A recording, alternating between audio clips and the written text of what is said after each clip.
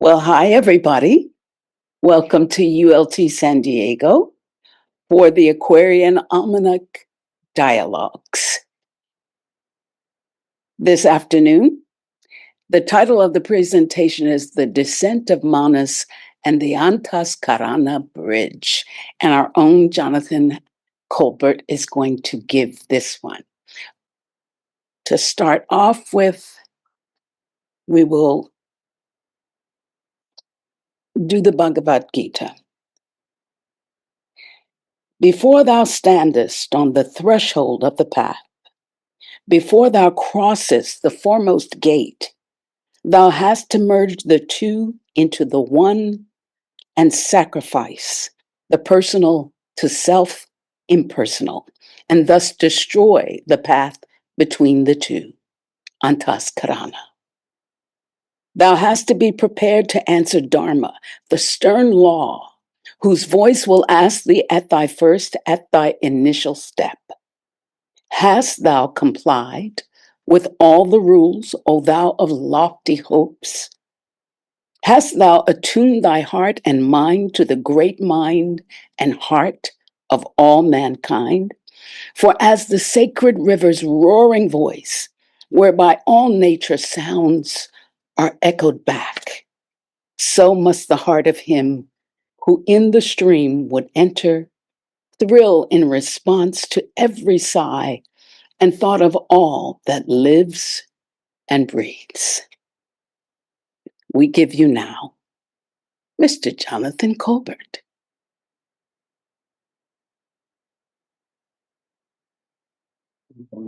Thank you.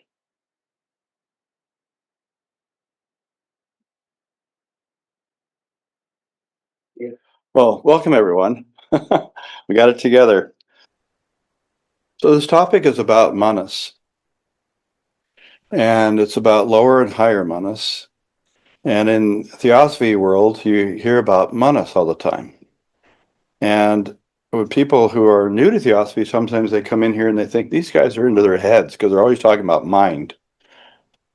But there's this very sacred principle called manas that really defines what it means to be a human being.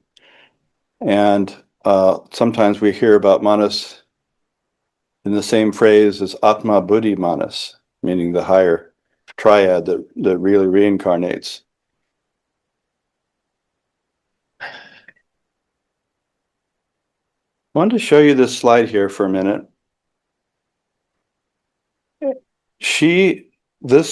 I think that Ursula K. Le Guin is the greatest author of the entire 20th century. Now, there's all these other authors that we hear about, Ernest Hemingway and John Steinbeck and all the classics.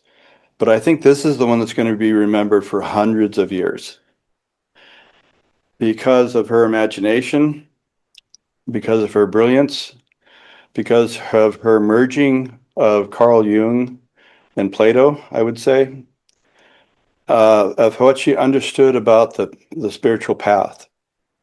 That's what that's why I think that she will be remembered. And just look at her. It just her countenance just says it all. That's wisdom. Look at that. Now, I'd also think of her as being a transition figure out of the Piscean age and into the Aquarian age. And in all the ages, these great ages that are like 2,160 years long, going around the zodiac, they all have a certain archetypal energy to them.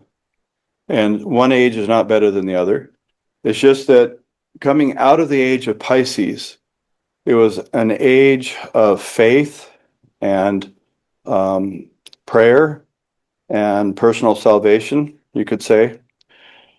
And you could say that it was an age of conformity in terms of what you had to think. And here, moving into the age of Aquarius, it's all the rules are off. You can think what you want. You can think for yourself. And the boundaries are all different.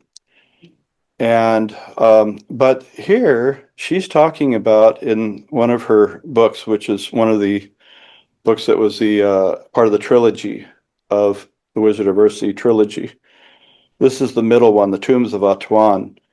That one is about a priestess who had actually grown up under the kingdom in these labyrinths. And so she was very good at navigating all those. But it's a coming of age story for this priestess who is starting to realize her powers and her responsibilities. And so Le Guin writes, what she had begun to learn was the weight of liberty. So liberty isn't just necessarily absolute freedom. It comes with, it's a heavy load, actually. It's a great and strange burden for the spirit to undertake. It is not easy. It's not a gift given, but a choice made. And the choice may be a hard one. But the road goes upward towards the light. And this, to me, tells the story of Manas, the descent of Manas, and the Antaskarana bridge. We'll see if this bears out. So, what is Manas? Manas is our thinking principle. It's our choosing principle. And it's apropos that it would be so much put forward at the dawning of the Aquarian age. You could say it's the Aquarian principle. So this is a paragraph that a lot of theosophists are familiar with. It's taken out of the third proposition in the Secret Doctrine. I'm not going to go through this whole paragraph, but I will say that in trying to describe what is Manas, we could talk about the scope and the range of Manas. It turns out of all the principles of man, it's the most with the greatest scope and the greatest range. So it says here that there's no divine soul or pilgrim, you could say, that can reach self-conscious existence without A, having passed through every elemental form, and B, acquired individuality. And it has to ascend through all the degrees of intelligence, from the lowest to the highest manas. So in this context, everything's contextual. In this context, the manas is a degree of intelligence, is a scope of intelligence, is a range of intelligence. And then from the mineral and plant. So there's to some extent, manas is even in minerals and plants, up to the holiest, most highest beings that we can think of, Adhyani Buddha. So you're going to see the same question on all these slides for quite a few slides. Because that's what we're trying to do. We're trying to ask a question. It's such a hard subject that we're not going to be able to just say it out loud. You're going to have to kind of surmise what it might be. So then the next sentence in the Secret Doctrine talks about the pivotal doctrine of the esoteric philosophy admits no privileges or special gifts in man, save those won by his own ego through personal effort and merit throughout a long series of metempsychosis and reincarnations. What is the main principle that's really on stage, so to speak, throughout all of these different lifetimes? It's manas. It's really the hero in man. It's the hero with a million, billion, trillion faces. If we are all Arjunas, we are certainly all Manasaputras. So metaphysically, it corresponds to Mahat, whereas divine ideation is Buddhi, Mahat is higher Manas. Well, what is Mahat? That's universal mind within the context of any given cycle. So we hear about Atma Buddhi Manas. So let's talk about some of these other things like Atma and Buddhi. So Atma is really the absolute witness position, so to speak, the witness plateau, you could say. And it neither progresses, and this is part of who we are, Atma Buddhi Manas. It neither progresses, forgets, nor remembers. It does not belong to this plane. It is but the ray of light eternal, which shines upon and through the darkness of matter when the latter is willing. So there's something about matter that can be made porous and supple and receptive to the light of the Atman. Without manas, the reasoning soul or mind, Atma Buddhi are irrational on this plane and cannot act. So manas, which is mind, allows this universal light of the Atman and its vehicle, its vahan, which is Buddhi, which is really the light of the Atman, that's what Buddhi is, they cannot really act on this plane. But through manas, they kind of can. Manas, like Atman Buddhi, are immortal because after every new incarnation, it adds to Atma Buddhi something of itself, and thus assimilating itself to the monad, shares its immortality. In some ways, manas has to earn its immortality, or at least lower manas does, and we're going to get there. Also, manas is a delivery system of harvesting all of the experiences that we gain in every life, and then and in the after death states, it's able to add those experiences to the collective wisdom of that soul.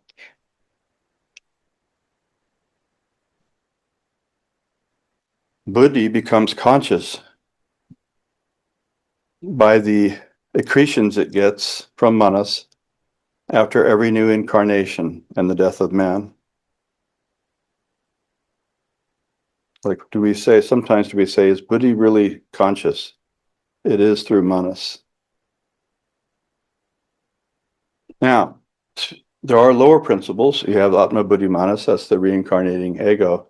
But the lower quaternary is, you could say it's kama, but in some ways it's lower mind, lower manas.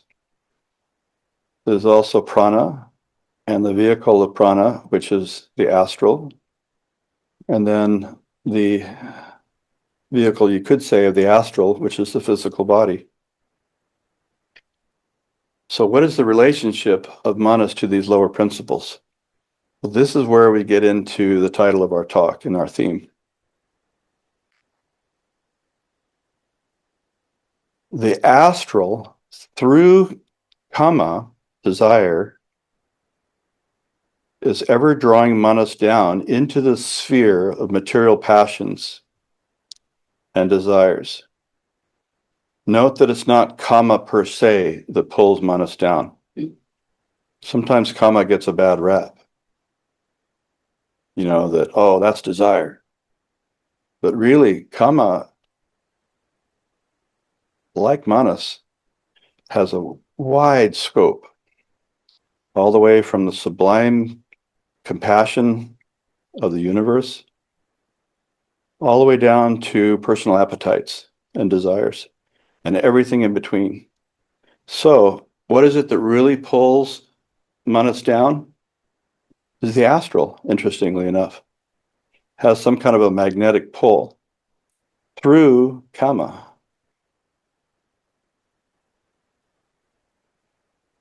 But if the better man, or manas, she's very clever with her writing. See how we got man and manas in the same thing? Why? Because they both come from the same Sanskrit root. The word man is actually a Sanskrit word. Man, I think it's pronounced. Manas. And it means to think, the thinker. So if the better man or manas tries to escape the fatal attraction and turns its aspirations to Atma, spirit, then Buddhi, rock. This is a particular part of the secret doctrine where she's comparing occultism to the Kabbalah. So that's where that rock comes in. then buddhi conquers and carries manas with it to the realm of eternal spirit. So buddhi or intuition can actually carry the mind upwards. So that's kind of the introductory, what is manas? Now let's talk about the ascent of manas. So the ones that say R and I, those are Raghavan, Narisam, and Iyer. And I've got quotes from R&I, HPB, several from HPB, a couple from Porphyry, a couple from Helen Valborg, and a couple from the gems from the East. So this is kind of a study, you could say. So I'm reading all these quotes.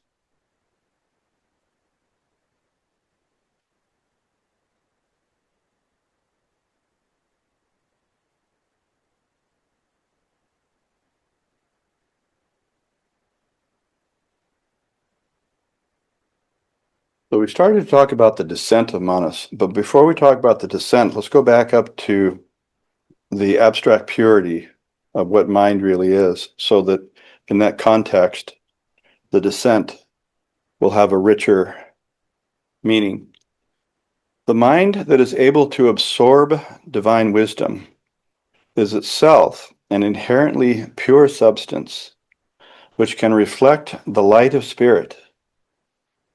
But when it is continually used in association with the voracious sense organs of an astral form, see again, it's the astral, chained to a physical body in order to feed the appetites, the desires, the fancies, and the tyrannical will of the boisterous elements that make up the persona, the mind gravitates downwards. This may be called the lunar activity of the mind, whereas when the mind draws upward to the spirit, it is solar. So you're going to hear a lot of upward and downward stuff. Remember last week we learned about that you can't really do the vertical, said Joe Miller, until you can get the horizontal right, until you get the brotherhood thing right. Now we're saying, okay, well, last week we did the brotherhood part, the Christos and man. So now we're going to try and work on this kind of vertical upward and downward ascent. Now, in theosophy, unlike in theology and unlike even in contemporary psychology, ascent and descent means something totally different. In theology, descent, that's bad. You don't want to go to the down under place.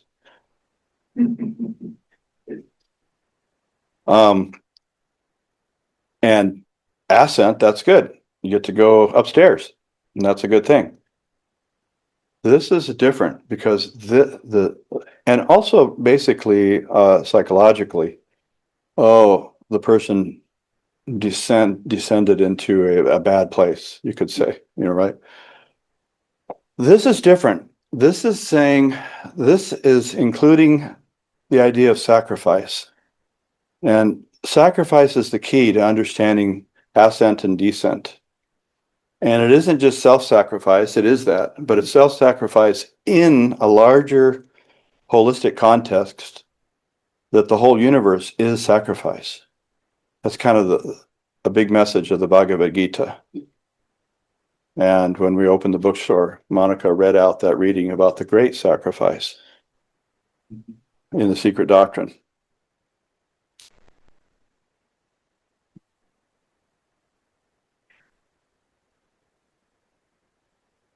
So when the mind ascends towards the spiritual sun, becoming itself a great luminous globe close to the causal realm, this is the mysterious sacrifice of manas.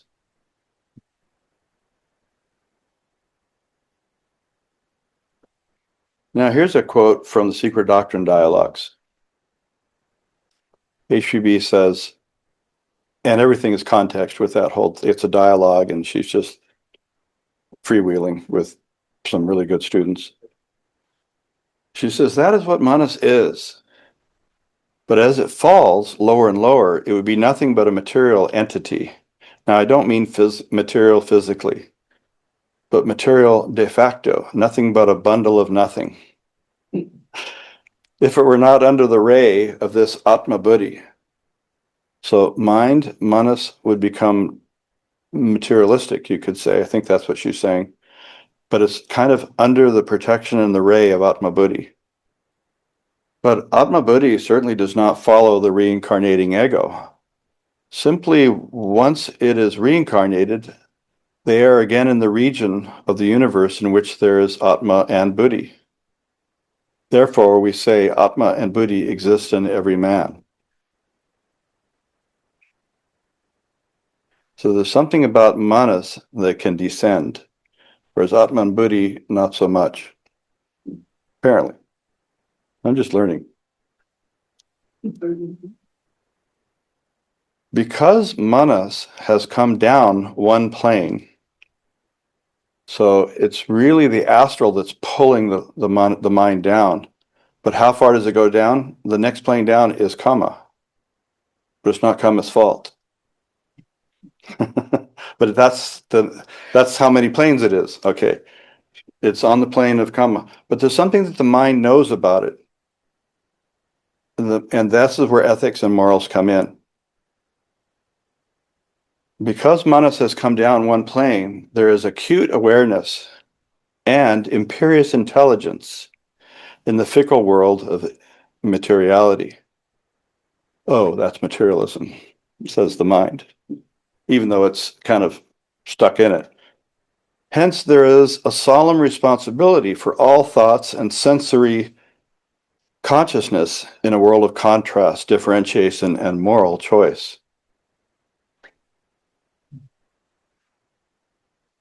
Because the descent of manas down one plane, all life becomes ethical, but also therapeutic and probationary from the impartial standpoint of the immortal soul. Ethical because there's the recognition of responsibility. Therapeutic, there is the opportunity to raise the field.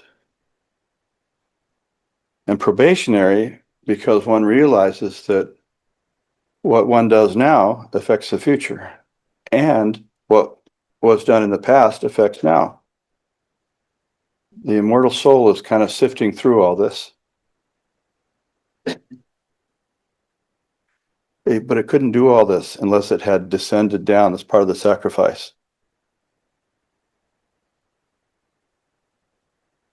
The moment one starts to see all life is fraught with extremely complex choices, which invoke the highest and profoundest morality that is concerned with soul evolution, linking consciousness with motive and the welfare of every single soul in its pilgrimage, one discovers an exalted concept of ethical sensitivity, far superior to the ersatz notions of right and wrong in conventional morals. HPB spoke about that quite a bit. Conventional ethics are not where theosophy is at. It has to do with how we treat others. And not only just how we treat other human beings, but how we treat the atoms in this desk, the atoms in this microphone, etc. All the life atoms and the life atoms in other human beings in terms of tone of voice, you could say.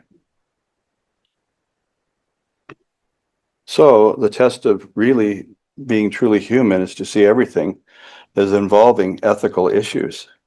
So one does not compartmentalize, oh, that's the ethical stuff. I'll deal with that tomorrow.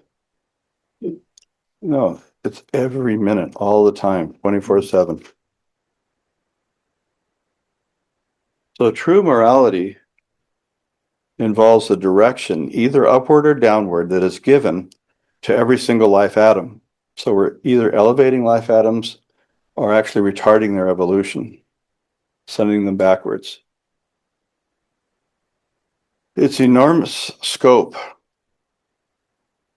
True morality's enormous scope encompasses the vast sweep of the root races of humanity, which commence with the ethereal and end with the spiritual on the double line of physical and moral evolution, from the beginning of the terrestrial round to its close. So all the stuff on page 200 diagram, etc., all those rounds and cycles within cycles, all these have to do with different moral levels of responsibility, and the interplay of manas and the choices that are made. The moral task of the immortal soul summons it in a great sacrifice, for it takes the daunting risk of descent into a restricting vesture of clay. So with this descent, there's a risk. And HPB says, it is a case of descent into matter, the adjustment in both the mystic and the physical senses of the two, and their interblending of the great coming struggle of life that awaits both entities. Well, what are these two entities? We're going to get into that in a minute.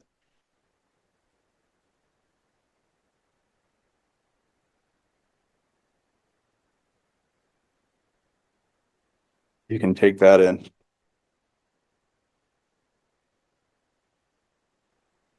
Does anybody know who Porphyry was?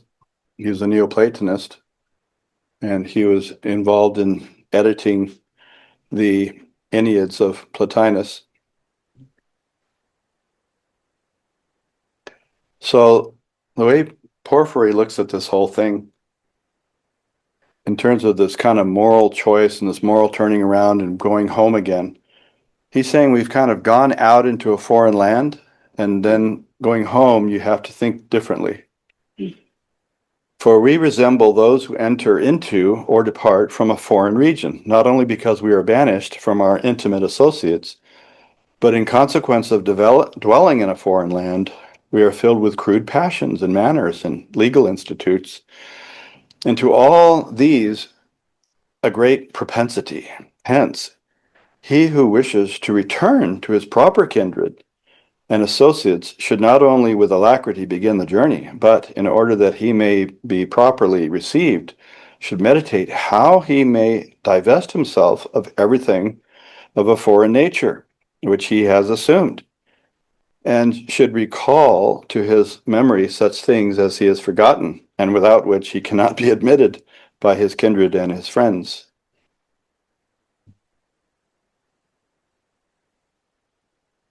And he continues, if we intend to return to things which are truly our own, remember this is the return of Manas. The Manas has descended into this one plane down, and then is trying to go home back to Buddhi Manas. If we intend to return to things which are truly our own, that we should divest ourselves of everything of a mortal nature which we have assumed, together with an adhering affection towards it, and which is the cause of our descent. So like, well, what happened with that descent anyway? And that we should excite our recollection of that blessed and eternal essence, and should hasten our return to the nature which is without color and without quality, earnestly endeavoring to accomplish two things. One, that we may cast aside everything material and mortal, but the other, that we may properly return and be again conversant with our true kindred, ascending to them in a way contrary to that in which we descended hither. So now the Antaskarana Bridge. There was a brilliant talk given this morning on that.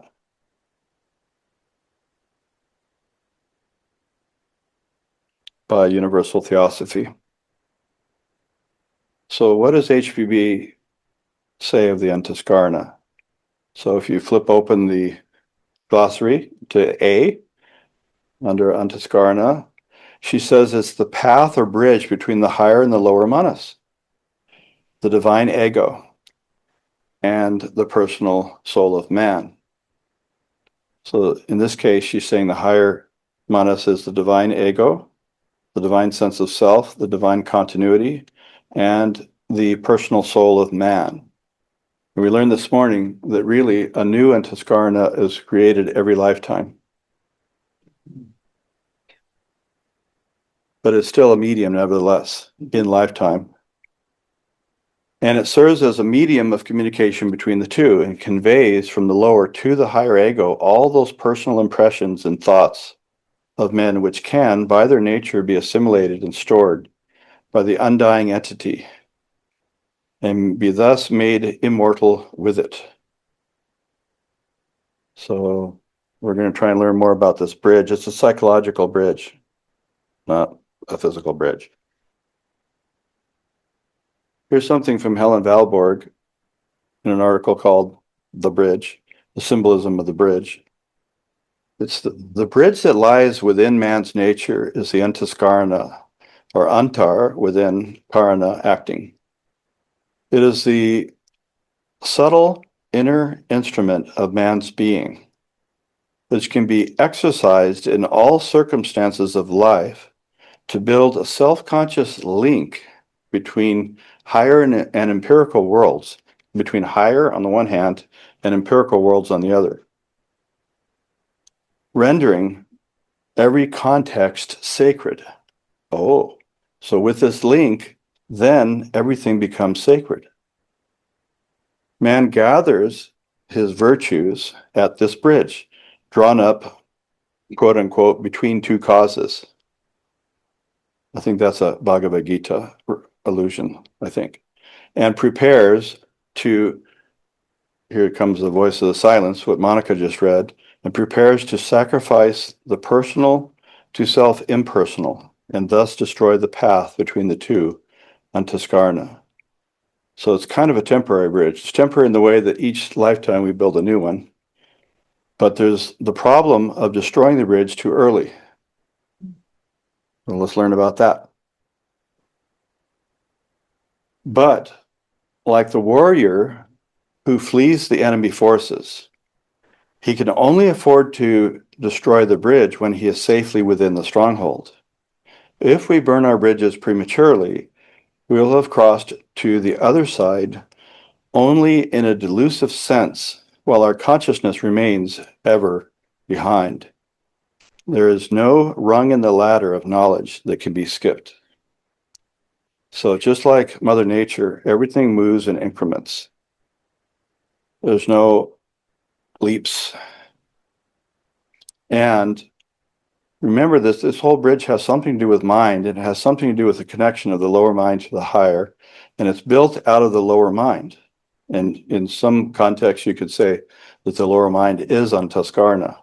Other contexts, you might say, well, actually, it's the bridge between the lower and the higher, which tells you a lot. It tells you that that bridge is made out of the substance and the materials of the lower aspiring, has everything to do with the word aspiration. So aspiration isn't just a fantasy, it's actually building something. I'm just humbled by all these things. I don't know. I'm just trying to learn.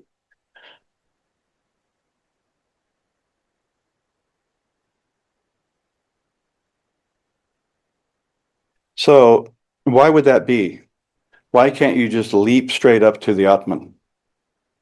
Because some people say that why are we doing all this mind stuff? Remember I make the joke earlier that theosophists are all into their heads? Well, there's a reason for it. There's a yoga to it. There's a path to it. And it's the path of gradually ascending across the bridge of the Antaskarana to back home again to who we really are. And we'll try and discuss at some point, what is the higher manas? What is that like? What is that existentially? What is that about? So here again, this is a reminder of the Atman and the Buddhi and their status. Dynamically, only the Atman and Buddhi are of the spiritual plane because they have an eternally self-sustaining light energy.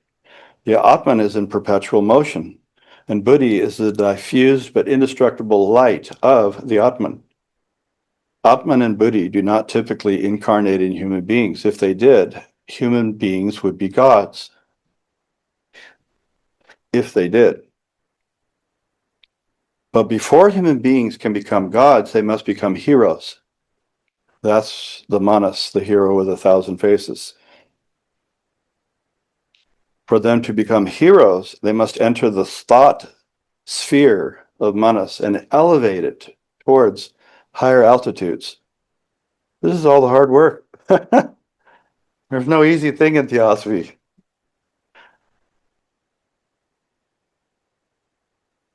Here's an axiom. Some people would say it's an Aquarian axiom. Spirituality is not what we understand by the words virtue and goodness. It's the power of perceiving formless spiritual essences. Again, it doesn't have so much to do with conventional morality. It has to do with the very opposite of the sin of separateness, which would be the virtue of oneness, atonement, some people say. Now, then there's such thing as being tested.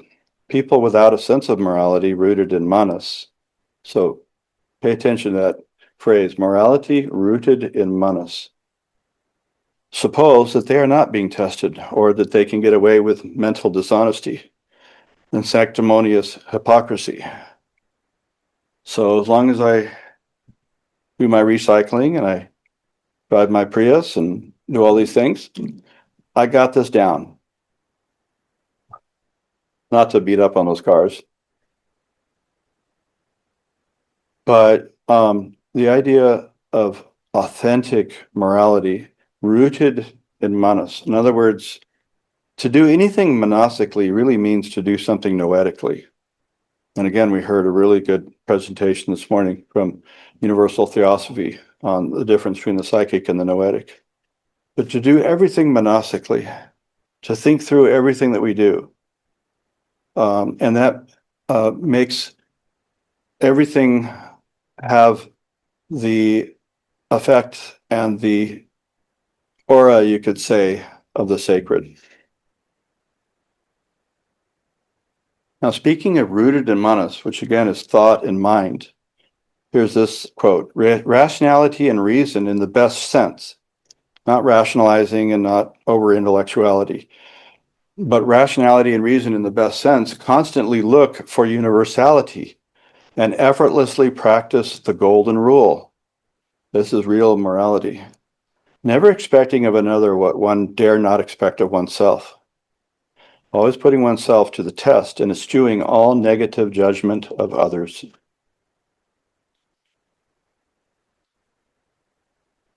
As soon as one takes a firm stand upon what is truly human,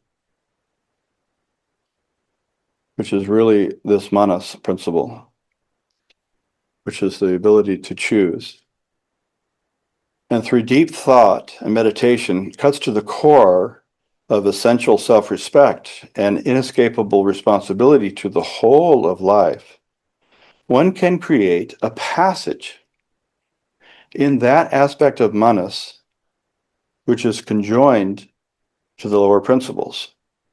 So he's talking about these Antaskarana bridge. One can create a passage. Now, it's something that organically exists anyway in all human beings, but to encourage it, to nourish it, to strengthen this bridge, to strengthen our connection with our own higher selves, that's the creativity part of this. And the self-training. And through which the light of Buddhi can illuminate the field of duty. So by creating the passage from below upwards, then the light of Buddhi can flood the zone, so to speak, can flood the field.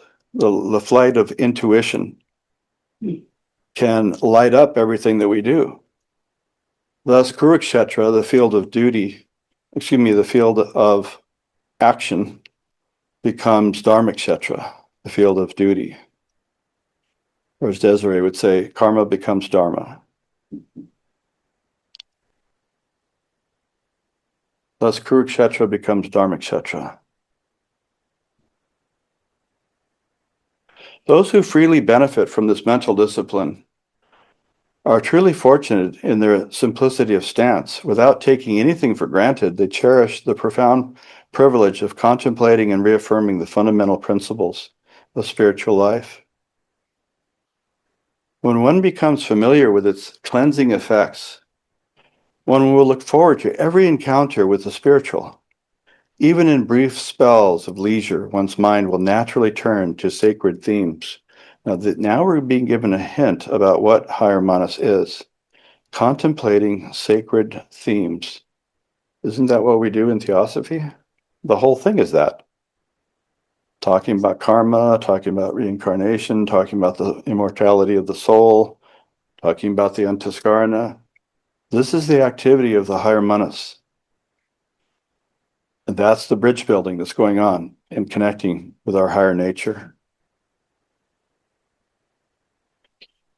Bringing Buddhic perception to creative acts, they will balance the antipodes of human nature. What are the antipodes of human nature? A long time ago, in 1943, 1944, in Theosophy magazine, there was a whole series of articles called The Antipodal Powers of Manas. And there's good and evil. There's all kinds of higher and lower things. One of them was optimism versus pessimism. I remember that. And optimism was the higher manas, and pessimism was the lower manas. Some people think they're being realistic when they're pessimistic, but Theosophy would say no.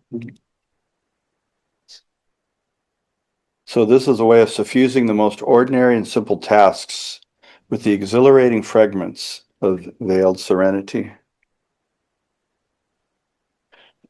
Oh, here's from a different article. A lot of those quotes were from an article called The Descent of Manas. This one's called from an article called The Eye of Shiva. Through continuity of consciousness, there's a radical healing that takes place within one's whole nature, and an authentic gain in self-respect. Like a person who late in life learns a new language and is thrilled that he can learn the alphabet and write his first sentence, so too any human being at any age can so strengthen the antaskaric connection with the higher self that life takes on a new depth of meaning and expression. Isn't that beautiful? It's a difficult discipline initially, but if one faithfully keeps at it in a non-strenuous way, doing it only out of love for one's fellow men and out of gratitude to one's teachers, there will be infallible help from the eye of Shiva and the flute of Krishna. If the motive is to make a potent contribution to the grandchildren of one's grandchildren, and if one lets go of the myopic tension of the personal self, then the sense of the sacred deepens until one is able to make holy resolves and charge them with the silent power for good. This idea of kind of consecrating and dedicating for future generations, for people that you'll never meet, it kind of gets the ego out of the thing. It's like Jesus said, pray to your Father in secret. It's not a thing that's outside. It's a thing that's doing this. It's for the service. It's self-regeneration for the service of humanity, you could say. Oh, that's it. So Laura has agreed to help us with the questions and to chair the rest of the meeting. I'm very much looking forward to Laura kind of taking things over. It's all yours, Laura. Thank you. Such a wonderful collation of ideas and thoughts, and definitely you put them together so well with your own insights and words. So thank you very much. Gosh, so what do we think, everyone? How do we understand this journey that we're on? What are we doing? I found it very interesting and somewhat a little difficult to understand, and is the idea that a new Antaskarana is built in each incarnation. And what is it built of? What is it? In that regard. It's a new one each time. Yeah, What's it isn't that made of? interesting?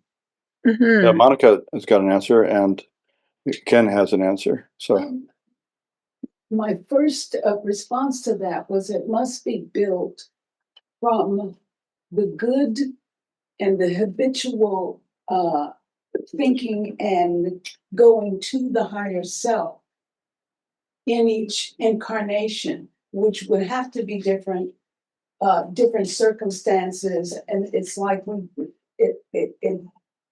it's as if we get to be excellent in many different ways. And each incarnation gives us the opportunity. So the following incarnation, I would think, gives us the opportunity to function from the higher self better than we did last time. And each time that we practice that, we get that opportunity until we are just there all the time. Thank you. It brings to mind a comment made by a student in another meeting about how every incarnation strengthens the link between the lower and the higher. Yes. So even though if there's a new Antaskarana bridge built, it must be built, as you mentioned, from the past. There must be something that is eternal within it. Yes. Even though it's new. Wouldn't you say that it's built from the reaching upward that we become habituated in? Very good. Yeah. So yeah. Ken Small was going to say something, but you still have something? Yeah. Oh, it's hard to talk about. It is hard to talk about. I only make a suggestion just because it comes to my mind. I'm not sure, but I think I prefer the word emanation than built. And that the descent, the emanation from the absolute or Buddhimanas converges with the karmic links from the past, so-called past, which isn't past at all. And that's what together creates this Antaskarana. Were you able to hear that, Laura? Of it there. Does that make sense? I don't know. Can you put it in? Built has the context that we're doing something. But who is building? There, the ego isn't building this. So yeah. It's this emanation from the higher that is converging with the karmic web from each successive lifetime. These two elements converge in a kind of interdependence that we then label Antaskarana, which is really this it's not a thing. It's a more like a I don't know what to call it, interactive processing web, something like that. Hard to talk about. It really is. And part of the reason why I think it's difficult to talk about is because if we are that which is crossing the bridge, so to speak, and we're building the bridge and we're moving from the lower sensuous life into the higher spiritual life, in order to know that which is doing all that, we'd have to separate ourselves from it and take a look at it. But we can't because it's who we are, Exactly. And that's why it becomes difficult even to talk about it. Desiree? And then I saw David's hand go up as well. Good Hi, Desiree. Hi, Laura. Thank you so much, Jonathan. It's a great presentation, by the way. Mhm. It reminded me when you were talking about ascension and descension, but brought in this important aspect of horizontal evolution or expansion. That we talked about this in a study class last Sunday, where Manas was, let me just see if I can read it. And this is coming out of the Mysteries of Karma, which we study every Sunday, where I write the authentic, here comes my cat. Hold on. Authentic perception is a perception, is a perception of essences, a laser-like clarity in regard to primary causes, a bringing together of the centripetal concentrated ideation of manas. So we're talking about going in one direction, and the centrifugal expansion empathy of buddhi until there emerges a radiation of buddhi manas taijasi, or taijasi, which can flow downward and illumine the brain, the heart, and the sensorium. I was wondering if you could kind of speak to that in terms of this expansion outward that you spoke about so beautifully. Jonathan. Who, me? Yes. Well, you spoke of the expansion outward, which is interesting to consider. I've been thinking about that with George Russell's writing on meditation, and that where he says we have to have contrariety in order to draw us back to the centrifugal, that we have to, or else we would just continue to go outward and never return back to the source. So, how this contrariety between the lower and the higher manas is essential. And something about this thing about the lower manas is not necessarily egotistical. It could be, but it's not necessarily that. As an aspect of manas, it is inherently sacred, and it is a ray that's been projected down from, or emanated down from that which is immortal into our mortal existence. So it comes from a sacred source, and there's always going to be that potential of the sacred within it.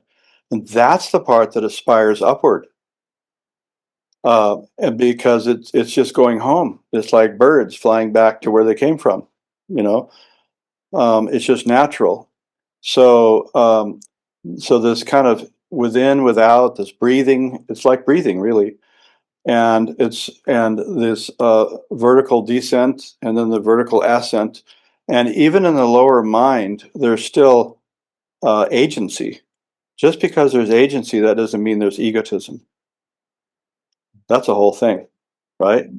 There's the agency of being some kind of an entity which is aspiring. It kind of reminds me of, I'm thinking it's either Judge or Crosby, but I think Judge in The Ocean of Theosophy, where he talks about even if a person is just learning about karma, and if their first impulse is to go out and make some good karma, that's okay. It's better than nothing, because you're starting to think about this stuff. It's not really the big bodhisattva picture.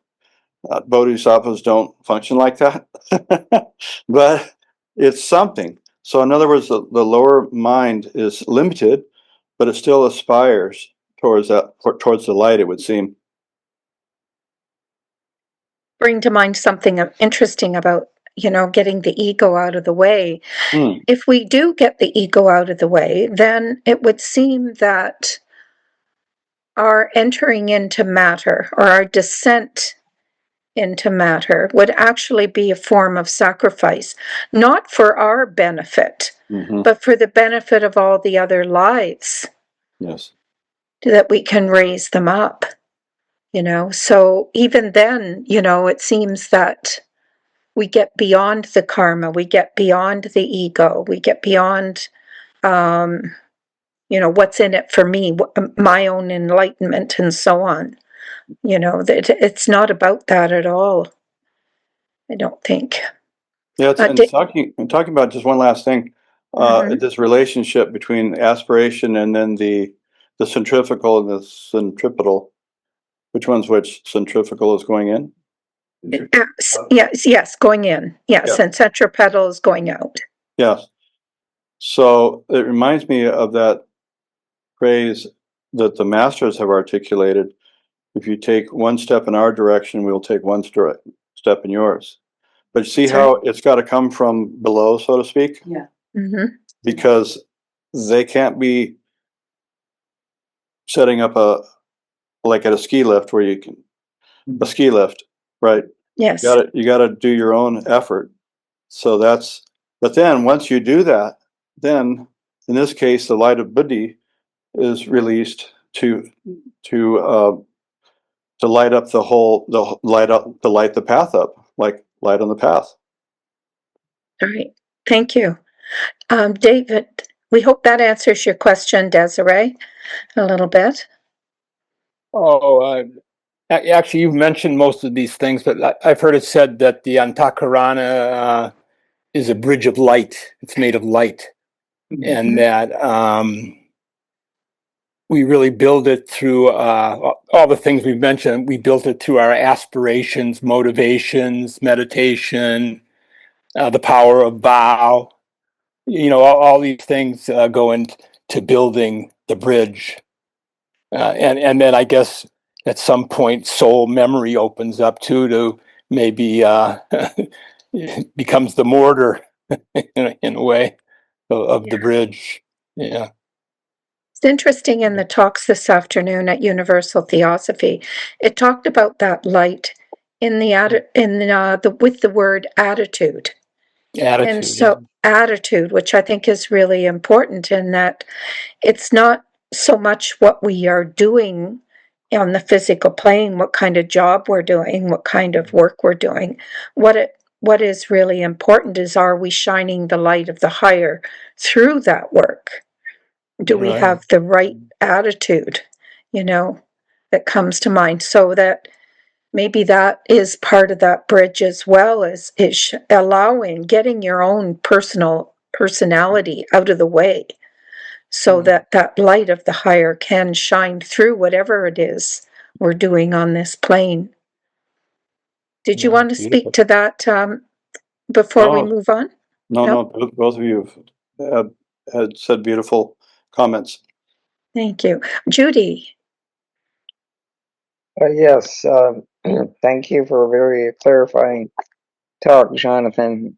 It occurred to me that so much in the Abrahamic religions that there is an emphasis on Nepesh, which really means the breath of life, and not Rao, which you connected to Buddhi as a definition of the same thing. And it seems what we need to do is really Plotinus, when he talked about the body. I know Porphyry said Plotinus, the philosopher of our time, was ashamed to be in the body. Well, I mean, maybe what he meant is not so shameful, but to identify with the body is what is so destructive. And so if you can go through the incarnation, come on in, well, then you're all right. If you can go through this incarnation with your monastic spirit, then you can eventually rise to a higher level. You think that's what Porphyry meant? I think so. You remember in the dialogues, I found that something which very interesting when HPB says that is what I have just written it down, so it could left out a few words. That is what Manus is, but if it falls lower and lower, it would be nothing but a material entity, which is nothing but a bundle of nothing. I thought that was interesting. Nothing but a bundle of nothing. Thank you, Judy. Jaro. Or Yarrow. You'll have to unmute. Hyro. Pyro. Oh, thank you. That's much better Oh, sounding. wait a Pyro. second. Wait a second. Okay. Okay. So, hmm.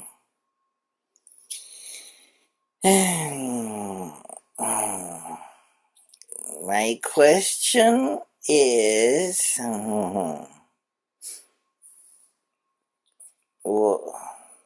when Manas descends and hits Kama, what is it that re- that what is that about morality? And what's that like? Is it that the Manas is trying to follow rules or is acting spontaneously for thinking of the other? What is morality? What is morality, Jonathan? Oh, And what is this mystery called Kama, which has both its lower and higher aspects, just as does the mind? yes. I'll say a few things and you can say more, Laura. Um, it's the idea that it's one plane down, Kama is one plane down from Manas. That's one thing you can say. But what really draws it down is the astral. And it's now what's going on with morality? Morality has to do with desire. It has to do with what we want. And in other words, and so lower manas is like lower mind, but that doesn't mean it's bad just because it's lower. It just means that it pertains to this world. So a person can be in the world but not of it. And that's the idea. A person can have agency but not necessarily egotistic.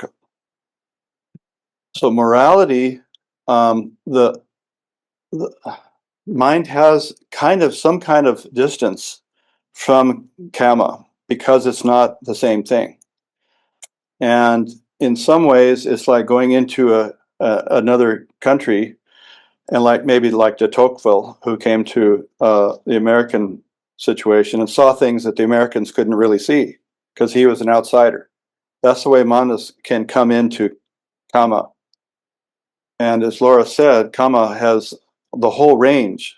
It's just like love. It's the whole range. It could be absolutely sublime and beatific, and it can be universal, and it can be unconditional, or it can be conditional, and all the way down to um, inverted understandings of what love would be, like tyranny. I'm doing it for your own good. Things like that.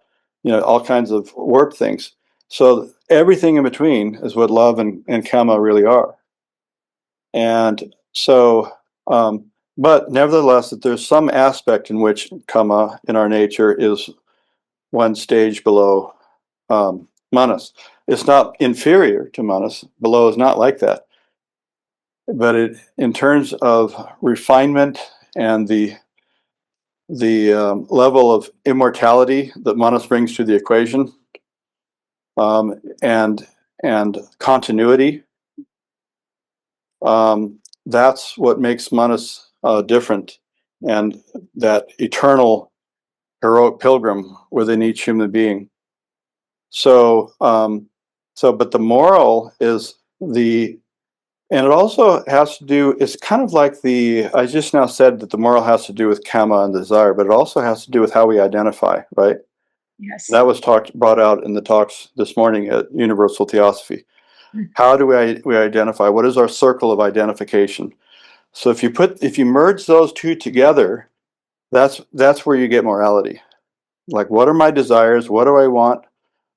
Because mind really is thought, will, and feeling. It's not just thought. It's my motivation, as was mentioned before, which has to do with the will, and has to do with the feeling of which also has to do with identity, actually. But anyway, Laura, why don't you take it from there? When you mention with thought, will, and feeling, what comes to mind in that is that the problem isn't karma itself. Its problem is where it's located. That it is located within the desire of all for the sort of the effects of the senses. We're caught up in that, and it seems that the mind's job is to lift up karma back to its rightful place, which is the Atmic position, which is the desire only for the good of the whole, the Kuan Yin pledge, so to speak, that not seeking individual salvation, but working for the redemption of all creatures. That's where karma belongs, really. So what we're doing as mind beings maybe is purifying that desire, making it so that making our desire one, maybe through devotion comes to mind in that regard. But I'd like to hear from other people. So I saw Ken's hand, and then I saw a hand disappear. So I'd like to see. Marion's hand disappeared. We Okay, might good. I think we have time for Ken and Marion if Marion still wants to Yes. go. But Ken, do you want to come up here, Ken? Or Yeah, was that another question, you might say?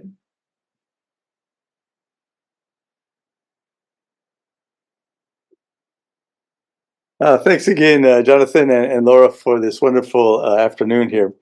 So earlier in the talk, Jonathan showed something from the Secret Doctrine Dialogues in which Blavatsky was explaining that Atma Buddhi do not follow the reincarnating ego because they're independent principles and they're really in every person. So it's like, wait a minute, they're not following the Sutratman. So that's kind of that other question. The other half of it is later on in SD1, Jonathan showed a slide that has this quote, Buddhi becomes conscious by the accretion it gets from manas, after every new incarnation and the death of man. And so this is something I've been kind of wondering about, the kind of a balance sheet of karma, if you want to put it that way. In this case, she uses the word accretions. So each incarnation, as the Antaskarana gets built over and over again from the lower monastic principle to then form this greater accretion upwards, and using that accretion word, I like that word. They have emanations and accretions.